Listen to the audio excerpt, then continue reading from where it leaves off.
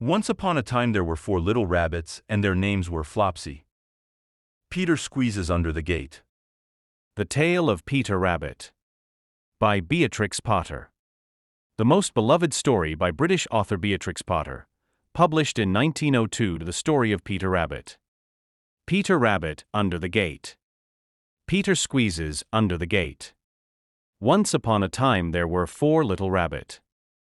Peter Rabbit eating carrots. First he ate some lettuces and some French beans, and then he ate some radishes, and then, feeling rather sick, he went to look for some parsley. But round the end of a cucumber frame, whom should he meet but Mr. McGregor? Mr. McGregor was on his hands and knees planting out young cabbages, but he jumped up and ran after Peter, waving a rake and calling out, "Stop, thief!" Peter was most dreadfully frightened. He rushed all over the garden, for he had forgotten the way back to the gate. He lost one of his shoes among the cabbages, and the other shoe amongst the potatoes. After losing them, he ran on 4 legs and went faster, so that I think he might have got away altogether if he had not unfortunately run into a gooseberry net, and got caught by the large buttons on his jacket. It was a blue jacket with brass buttons, quite new. Peter gave himself up for lost, and shed big tears. But his sobs were overheard by some friendly sparrows, who flew to him in great excitement, and implored him to exert himself. Mr.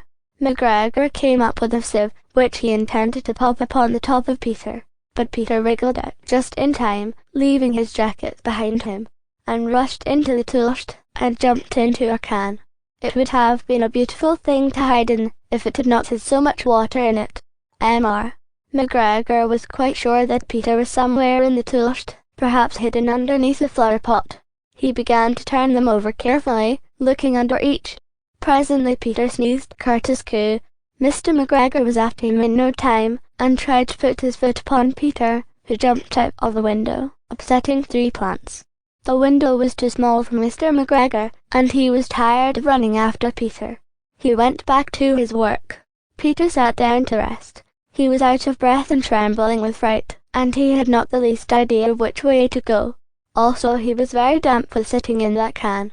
After a time he began to wander about, going lippity, not very fast, and looking all around.